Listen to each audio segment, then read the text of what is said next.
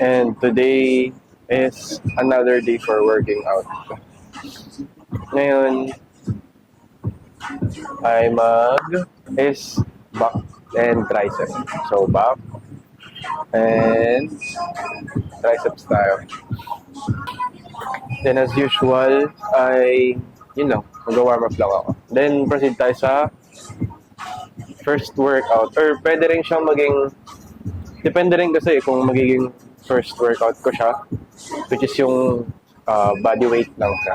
It's either, siguro gawin natin, nung last week kasi ginawa ko ay neutral, naka-neutral ako na pang pull-ups. Ito tayo na yan. Ito. Yan. So naka-neutral ako. Then nang gagawin ko ngayon, siguro naka-chin-ups version naman ako. So, ayun yung magiging unang exercise na lang natin. And, warm up lang tayo. Nag-sore pa rin yung chest ko dahil sa... Hindi ko alam kung medyo good yung workout na yun or na-fatigue. Kasi, hindi naman lahat ng sore is... Ano siya? Hindi lagi growth. So, kailangan natin ma-distinguish yun.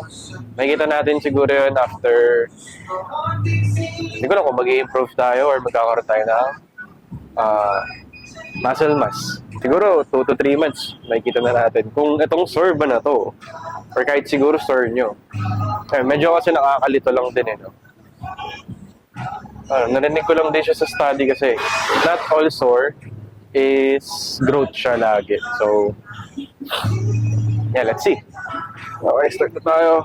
Okay na yung mga dynamic stretchings natin.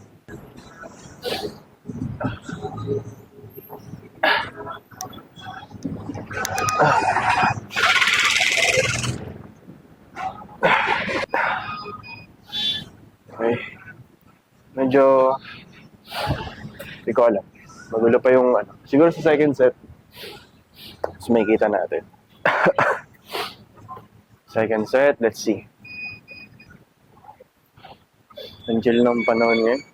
Okay. For last set tayo.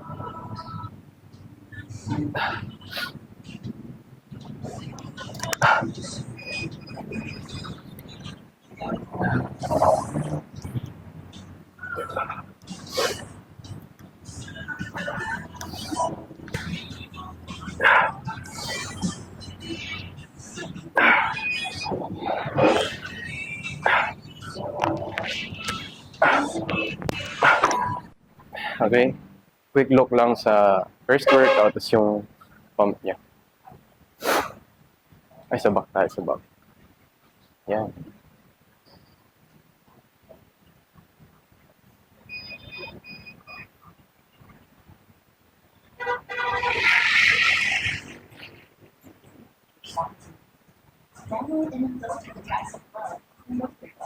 It can be look good kahit wala kasing pump, basta may great na ilaw. So, tignan pa natin mamaya kung kasi medyo maganda yung ilaw Tignan din natin siya mamaya kapag after ng kahit full session lang ng back and after din ng full session ng buong workout kasi meron pa akong side delts, rear, tapos tricep. Okay, weight natin here is ilan to? 44 kg o 97 pounds. Taas ng ulan, guys. Pwede na agad tayo mag-proceed sa working set kahit wala nang warm up dito since great blood flow naman or like maayos yung blood flow na nabigay ng first workout or pwede ko siya maging warm up workout lang. Tama ba ako? Ayun. Okay, proceed tayo.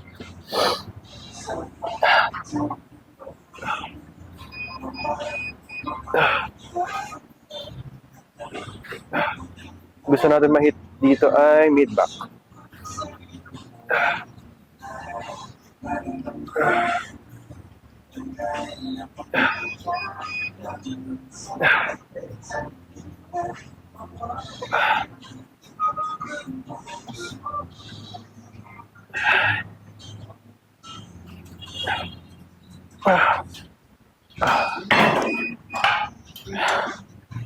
Okay. Medyo tumaas reps natin doon.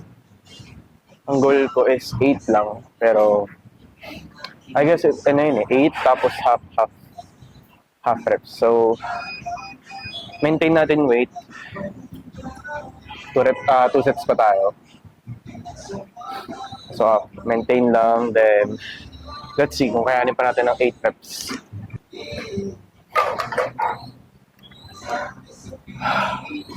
Okay, set tayo dito for second set. Tapos, tignan natin yung back view naman para sa last set natin.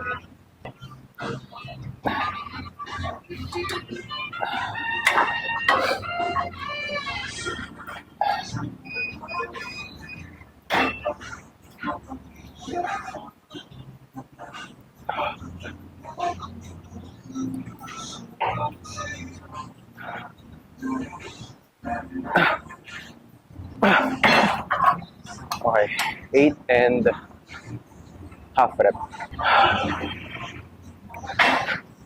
Medyo okay pa. Di ba tayo fatigue? Last set tayo.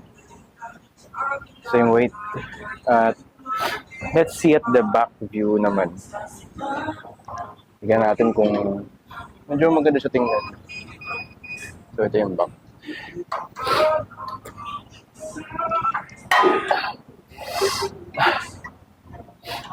Okay. Hold tight.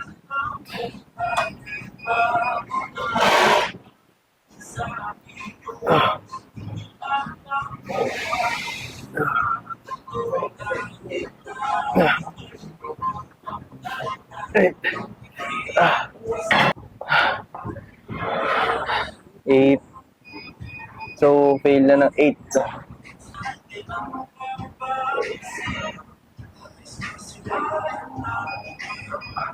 Okay. Nice. Nice set. So, hindi pa naman okay, good. Okay pa rin naman yung performance ko. Kumpara nung last week. Okay. Next natin, medyo spam tayo na medyo puro close grips eh. Siguro sa taas ulit. Close grip, pull down. So, lipat lang natin to. Gawin lang natin, may mix tayo ng body weight. Mag-add lang tayo doon ng may free weights lang. Kasi nilalaro ko lang yung ano eh. Yung, ito, nag-add ako ng dumbbell minsan, pang rowing. Bale yun yung parang major compound dun. Then ang compound natin ngayon, or ginagawa ko is, yun lang, body weight lang. Alright, proceed na tayo sa next workout. Set for ang third exercise.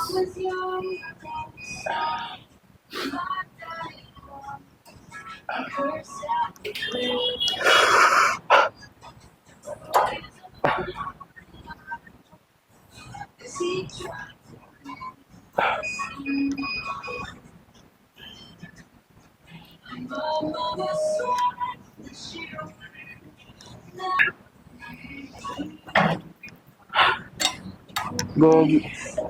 Naharamdaman ko yung rear delts ko. So up. Go lang.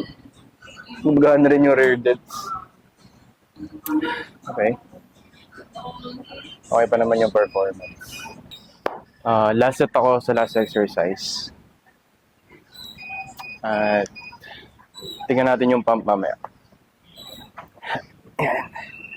Tingnan natin yung pump mamaya. So, last set. Okay, tingnan muna natin to. Okay. Upper back tayo. Up.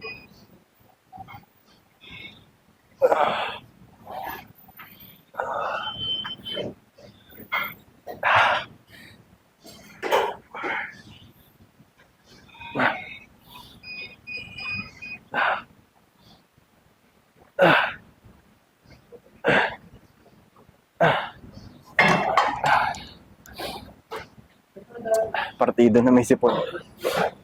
Okay, and check natin yung pump.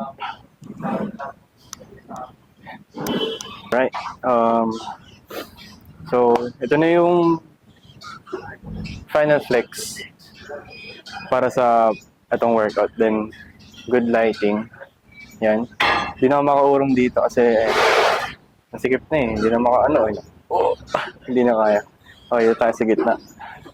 Ayan, so, hindi natin na ba rin yung shirt kasi okay naman na siya pang flex. Ayan. Yung naka-stringer kasi tayo. Right, okay. Front, ano natin?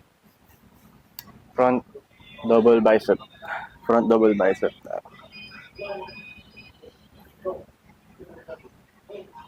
Alright.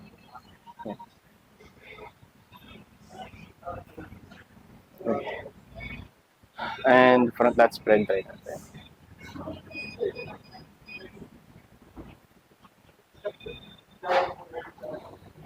Front lat spread. So,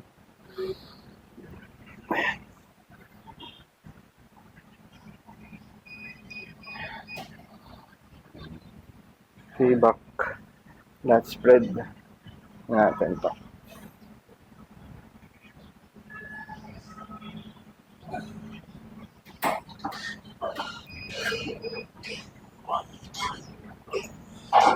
So, yun siya.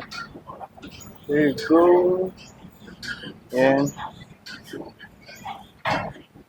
Bale, i-film pa natin yung para sa sa rear delts and sa side delts natin. Tapos triceps. Alright, proceed tayo. Yeah. What up? At tuloy tayo sa ano natin for side delts and rear delts.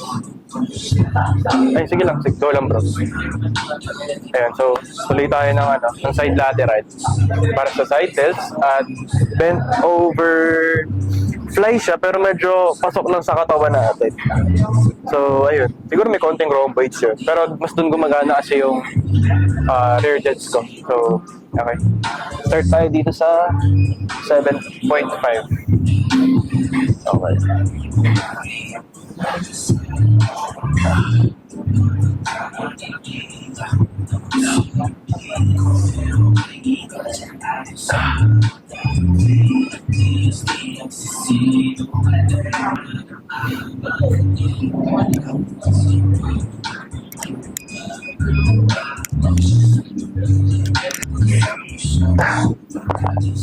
And drop set tayo from 7.5 to 5 kg.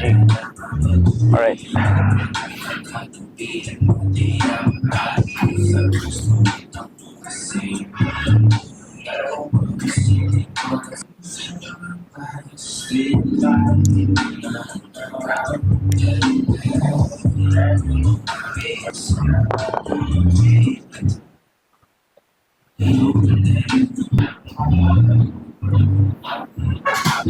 Yan. So, kaya ako nag-drop set. So, basically, hindi natin kasi siya mabigatan. So, saan ba tayo para mag-intensify pa? So, I do, ginagawa kong intensifier is yung pag-drop set. So, yun. Ano pa ba? So, siguro, one of my tips din. Kasi dati, kung ginagawa akong side lateral, yung parang pa-front type siya. So, wala na akong mali din doon. Kasi science-based, kasi yung parang, yung ano tawag dito, di ko alam tawag dito eh. Sa parang angle ng anatomy or something. So, dito nagre-range siya. So, gawin nyo lang. Kunwari, di talaga gumagana sa inyo yung ganun. So, unti-untiin nyo ibalik di ba, parang medyo forward, di ba? So, unti-untiin nyo, aralin yung form nyo hanggang sa makuha nyo yung slightly forward. Kasi, di ba sabi nila, yung, malakas maka-injury itong side na ganito. Or yung parang medyo nakaka-prone siya sa mga injury sa shoulder, sa delts na. Or yung joints mo kasi parang medyo uncomfortable doon, like hindi siya naturally. Totoo naman kasi pag inangat mo to, di ba parang yung natural talaga pag binigla mo, up. Oh, so, medyo pag ganun talaga. Yun lang yung trick ko din na nagawa. Kasi pwede nyo siyang itry. Kung di nyo maramdaman yung side delts mo. Kasi binago ko once nung binago ko na yung mga angle hanggang sa close sa side. Kasi parang medyo dama mo talaga dito eh, di ba? So, nandito na ako medyo malapit. Mas naramdaman ko na sa delts ko. Since naglalaro din yung body structure, tapos, siguro yun, yung body structure, yung bone anatomy. Ayun lang, yun din math ko. For side delts yan. Okay, next na natin i-record is pang arms natin. Pang arms. Alright. So, ito yung para sa tricep natin. So, after this set, tignan na lang natin siya mamaya. Yung pinaka-pump. Sige daw. Oh, safe lang. So, makikita natin mamaya. So, kailangan ko na ng clip para sa tricep.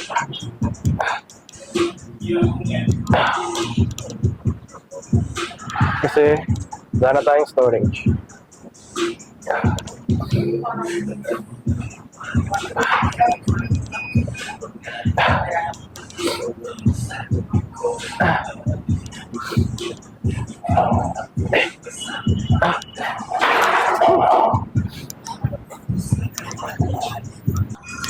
So, tapos na tayo magbuhat. So, check lang natin yung overall pump din nito. So, nagpalit lang din ako ng lens. Like, naka 50mm na siya.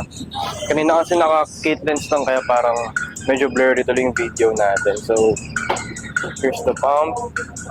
Front. So, sa back. There you go. So, let me know. And that's all for the video. Yeah.